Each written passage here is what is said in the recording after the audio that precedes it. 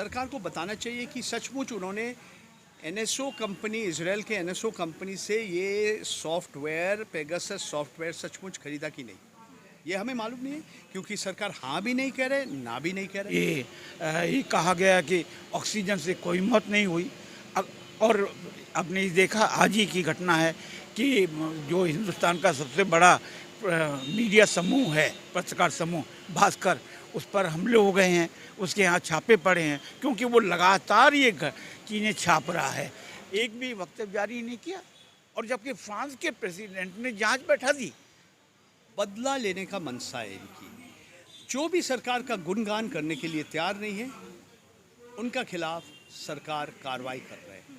आयकर विभाग आज भारत सरकार के लिए एक हथियार बनेगा।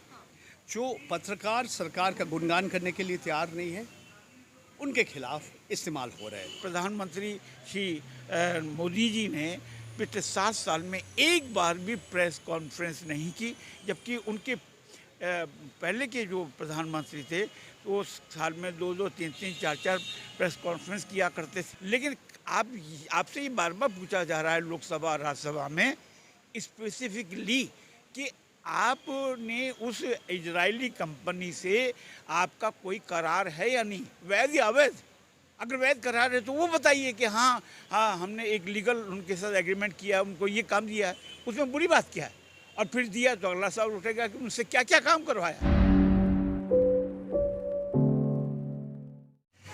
आज ये जो पेगासस का जो ये जासूसी का जो एक घोटाला का मुद्दा आया, ये सिर्फ पत्रकारिता और पत्रकारों का स्वतंत्रता के ऊपर मुद्दा नहीं है, ये व्यक्तिगत निजता की भी मुद्दा है। साथ साथ मैं समझता हूँ पूरा लोकतंत्र के ऊपर जो एक बहुत बड़ा लोकतंत्र, भारतवर्ष में लोकतंत्र का भविष्य के ऊपर जो एक बहुत बड़ा प्रश्न चिन्ह उठाया, सरकार को जवाब देना बहुत जरूरी है। सरकार को बताना चाहिए कि सचमुच उन्होंने एनएसओ कंपनी, इजराइल के एनएसओ कंपनी से ये सॉफ्टवेयर, पेगासस सॉफ्टवेयर सचमुच खरीदा कि नहीं।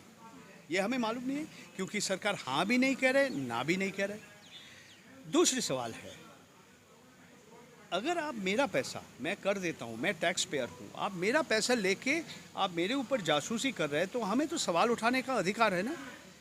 ये तो अरबों डॉलर का चीज़ है। कौन आपको अनुमति दिया? कौन सा संस्था खरीदा? इसमें इंटेलिजेंस ब्यूरो है, इसमें रिसर्च एंड एनालिसिस विंग है, या एनआईए, नेशनल इन्वेस्टिगेटिंग एजेंसी है? कौन है? ये नाम बताइए ना हमें। कितना पैसा खर्चा कीजिए, बोलिए। आप नागरिक, हर नागरिक का पैसा खर्च कर रहा है, ये बताइए ना हमें। एक और सवाल है कि आप कह रहे हैं मैं गैर कानूनी काम कुछ नहीं किया। ठीक है, आप कानूनी तरह से जांच, आपने कानूनी तरह से हमारा फ़ोन के अंदर चला गया, कोई बात नहीं। आपको कौन अनुमति दिया? गृह मंत्रालय का गृह सचिव का अनुमति आपको मिला, इसीलिए आप कर पाया। तो मेरा ख्याल है कि ये जो हुई है, इसके ऊपर एक स्वाधीन, स्वतंत्र तरीका से एक जांच करना, निष्पक्षता से एक जांच करना बहुत ज़रूरी है। सरकार मानेंगे कि नहीं अलग बात है। फ्रांस में उनका सरकार जांच कर रहा है। हाँ, तो देखिए राफेल डील ने इसी मुद्दा के ऊपर, क्योंकि फ्रांस के राष्ट्रपति का फ़ोन भी टैप हुई है, तो देखिए अभी समय बताएंगे और भी नाम आएगा शायद। सर एक क्वेश्चन है आपसे, आज सुबह से एक मुद्दा और आया है, पत्रकारों के पहले इस लिस्ट में नाम आया पेगासस में, उसके बाद से हम देख रहे हैं दैनिक भास्कर के कई ऑफिसेज पे छापे मारे गए। उसके अलावा यूपी की एक जानी मानी जो न्यूज़ चैनल है भारत समाचार, उसके जो एडिटर इन चीफ है, जो उसके स्टेट इंचार्ज है, उन पर भी छापे मारे गए। ये सरकार सिर्फ असहनशील नहीं है, it is not just intolerant, बदला लेने का मनसा है इनकी। जो भी सरकार का गुणगान करने के लिए तैयार नहीं है, उनका खिलाफ सरकार कार्रवाई कर रहे हैं। आयकर विभाग आज भारत सरकार के लिए एक हथियार बनेगा। जो पत्रकार सरकार का गुणगान करने के लिए तैयार नहीं है, उनके खिलाफ इस्तेमाल हो रहे हैं, दुरुपयोग हो रहे हैं। कुछ दिन पहले दैनिक भास्कर 20 पत्रकार को 17 ज़िला में भेजा। गंगा का तट में किस तरह से शव बह रहे थे, इसके ऊपर रिपोर्टाज दिया। प्रयागराज, इलाहाबाद से बिहार का गया, तो इसीलिए आप इनके खिलाफ बदला लेने हैं। बदला ले रहे हैं। इसीलिए के लिए आप नाखुश है और आप आयकर विभाग इनके पीछे लगा दिया आपने। तो ये सरकार, मैं समझता हूँ, सचमुच क्या पत्रकारों का स्वाधीनता में विश्वास करते हैं कि नहीं? ये सचमुच के अभिव्यक्ति का स्वतंत्रता में विश्वास करते हैं, जो हमारा संविधान में हर नागरिक का एक मौलिक अधिकार है? सचमुच विश्वास करते हैं कि नहीं? ये सवाल मैं उठा रहा हूँ। सर लास्ट क्वेश्चन, ऑक्सीजन की कमी से एक भी इंसान की मौत नहीं हुई देश में। आप पत्रकारिता का जाना माना नाम है, कैसे देखते हैं इसे? आप सरकार से पूछिए अमित शाह जी क्या कहा और सरकार क्या कह रहा है। मैंने तो नहीं कहा। मैं समझता हूँ ये सच नहीं है, ये गलत है, एक तरह से झूठ है। बहुत अखबार में बहुत रिपोर्ट आया है, बहुत अस्पतालों में बहुत लोग का मृत्यु हो गया। जैसे राज्यसभा का सांसद मनोज झा, जो राष्ट्रीय जनता दल है, बोले आज भारतवर्ष में शायद एक भी व्यक्ति बाकी नहीं हुआ जिसका कोई पहचाना कोई व्यक्ति, पड़ोसी परिवार का कोई व्यक्ति को ये कोविड, ये महामारी आक्रांत नहीं किया, और इसका कोई पहचाना या रिश्तेदार अस्पताल का बेड नहीं मिला या ऑक्सीजन नहीं मिलने के लिए इनका मौत। तो पत्रकारों के खिलाफ जासूसी हुई, क्या चाहती है सरकार और क्यों ये हो रहा है पत्रकारों पर हमला? भाई हमला तो इसलिए हो रहा है कि क्योंकि ये जो मीडिया है, चाहे वो दिल्ली में हो चाहे वो छोटे से ज़िले में हो, वो सच को सामने रखना चाहता है। और जो सरकार किसी की है, वो सरकार नहीं चाहती कि सत्य सामने आए। आपने अभी देखा कि ये कहा गया कि ऑक्सीजन से कोई मौत नहीं हुई, और आपने ये देखा आज ही की घटना है कि जो हिंदुस्तान का सबसे बड़ा मीडिया समूह है, पत्रकार समूह भास्कर, उस पर हमले हो गए हैं, उसके यहाँ छापे पड़े हैं, क्योंकि वो लगातार ये चीज़ें छाप रहा है कि कोरोना में कितनी मौतें हुई, गंगा में कितनी शव बहाए गए, ये सब। तो और इसी तरह से उन्होंने जो अभी जासूसी कांड है पिछले 3 दिन से पहले पेज पर वो लगातार छाप रहा है। तो सरकार नहीं चाहती कि सत्य सामने आए। एक जैसा कि मैंने अभी कहा कि एक असत्य को सामने रखना चाहते हैं, असत्य की संस्कृति को। तो मैं समझता हूँ इसके लिए सभी मीडिया कर्मियों को एकजुट होना पड़ेगा, और खाली दिल्ली में ही नहीं, प्रदेश राजधानियों और जिला मुख्यालयों में भी, क्योंकि असली पत्रकार वहीं हैं जो गांव में, कस्बों में और प्रदेश राजधानियों में काम करते हैं, वही लेकर वही वहीं से आवाज़ आती है।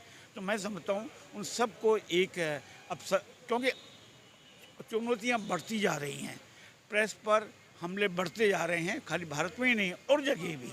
तो इसलिए हम लोगों को सजग रहने की ज़रूरत, एकजुट रहने की ज़रूरत है, और सरकार के हर काम पर निगरानी रखने की ज़रूरत है। जैसा कि मैंने पहले कहा कि प्रधानमंत्री श्री मोदी जी ने पिछले 7 साल में एक बार भी प्रेस कॉन्फ्रेंस नहीं की, जबकि उनके पहले के जो प्रधानमंत्री थे वो साल में 2-2, 3-3, 4-4 प्रेस कॉन्फ्रेंस किया करते थे। मैं तो अटेंड करता रहा हूँ, और ये ने एक बार भी नहीं की, क्योंकि प्रेस कॉन्फ्रेंस से फ़ायदा सबसे ये होता है कि वहाँ हर एक जर्नलिस्ट एक सवाल कर सकता है। प्रधानमंत्री किसके प्रति जिम्मेदार है? आखिर जनता के प्रति जिम्मेदार है, देश के प्रति जिम्मेदार है। अगर आपसे हम ये सवाल करें कि देश में कितने लोग मरे, क्योंकि देखिए बाहर के अखबार कह रहे हैं कि वाशिंगटन पोस्ट वगैरह और अमेरिका के जितने भी अखबार हैं कि हिंदुस्तान में 40 लाख लोग मरे, और आप कह रहे हैं 4.5-5 लाख लोग मरे कोरोना से। तो ये अगर मान लीजिए प्रेस कॉन्फ्रेंस होती है तो हम वहाँ खुल कर सवाल पूछ सकते हैं कि वाशिंगटन ऐसा क्यों लिख रहा है, न्यूयॉर्क टाइम ऐसा क्यों लिख रहा है। जासूसी ठीक है, मान लीजिए आपने नहीं कराई तो किसने कराई, इसकी जांच तो आप ही करेंगे ना, सरकार ही करेगी। जवाब तो दे देना चाहिए था सरकार को, सरकार ना तो हाँ कर रही है। मैं इसी पे आ रहा हूँ कि सरकार ना तो ये कहती है, ठीक है, हर एक सरकार के पास ये अधिकार है कि वो निगरानी रखे, इसमें कोई शक नहीं, इसमें कोई बुरी बात नहीं है, क्योंकि इस देश की रक्षा के लिए और देश की सुरक्षा के लिए करना चाहिए। लेकिन आपसे ये बार बार पूछा जा रहा है लोकसभा और राज्यसभा में स्पेसिफिकली कि आपने उस इजरायली कंपनी से आपका कोई करार है या नहीं, वैध या अवैध। अगर वैध करार है तो वो बताइए कि हाँ हमने एक लीगल उनके साथ एग्रीमेंट किया, उनको ये काम दिया है, उसमें बुरी बात क्या है। और फिर दिया तो अगला सवाल उठेगा कि उनसे क्या क्या काम करवाया, आप बोल दीजिए उसमें। तो आपने आज तक पिछले 3-4 दिन से एक भी वक्तव्य जारी नहीं किया। और जबकि फ्रांस के प्रेसिडेंट ने जांच बैठा दी, क्योंकि फ्रांस के प्रेसिडेंट के साथ भी यही हुआ, तो उन्होंने भी जांच बैठा दी। तो ये खाली अगर भारत के ही खिलाफ होता तो फिर फ्रांस के साथ क्यों हुआ? तो आज इतने 40-45 देशों में ये ऑपरेट कर रही है जासूसी एजेंसी इजराइल की जो है, तो उसे कैसे, अब जबकि मज़े की बात है कि इजराइल में स्वयं उस पर सवाल उठ रहे हैं अब, और उसमें ये माना गया है कि इससे मानव अधिकारों का, मौलिक अधिकारों को की रिस्क है, ये उसको ख़त्म कर सकते हैं, ये ख़तरा इसमें मौजूद है। ये आज ही पेपर में सब जगह छपा है। तो आप इसे पीछे क्यों हट रहे हैं भैया? आप जांच बैठा दीजिए, दूध का दूध, पानी का पानी हो जाएगा। तो अंत में मैं यही कहूँगा कि आप क्योंकि बहुत नई पीढ़ी के पत्रकार हैं, आप लोगों को काफ़ी सजग रहने की ज़रूरत है, और हमें तो सच को सामने लाना है, चाहे वो जनता का हो या सरकार का। लेकिन सर, पत्रकार ही पत्रकार की रक्षा नहीं कर रहा आज के टाइम तो पे। अब यही तो मैंने कहा ना कि पत्रकार को एकजुट होना पड़ेगा। खबरों में बने रहने के लिए फोरम 4 को सब्सक्राइब करें और नोटिफिकेशन पाने के लिए बेल आइकन दबाएं।